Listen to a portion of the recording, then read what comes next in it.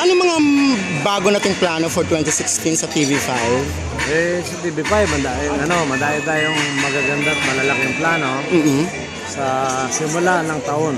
So, abangan nila yung mga bagong programa. Siyempre, nandiyan na yung isang malaking project namin, yung TV series ng Panday ni FPJ na ginawa ni Carlo J. Cabras at pangungunahan ni Richard Gutierrez.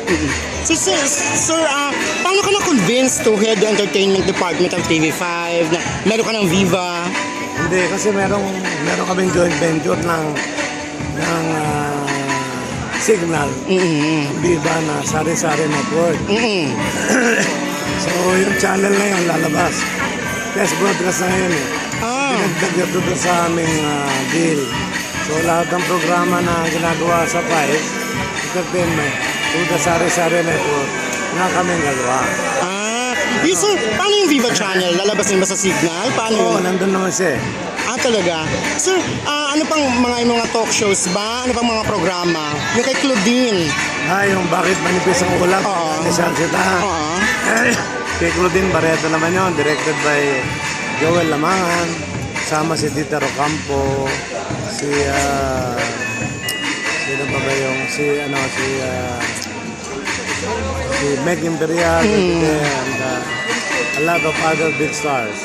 So, sir, masasabi mo bang in 2016 parang mailalaban mo ng husto sa ibang channel ang TV5? Not want to overpromise, pero siyempre ano yan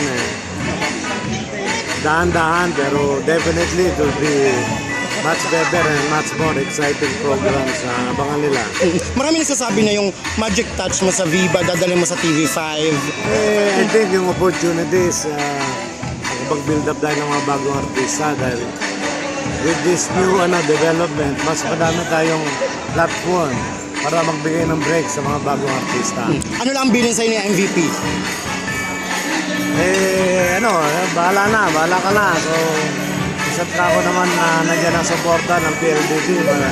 Mas madali naman gawin lahat yan. Nape-pressure ka? Hindi. Nag-enjoy.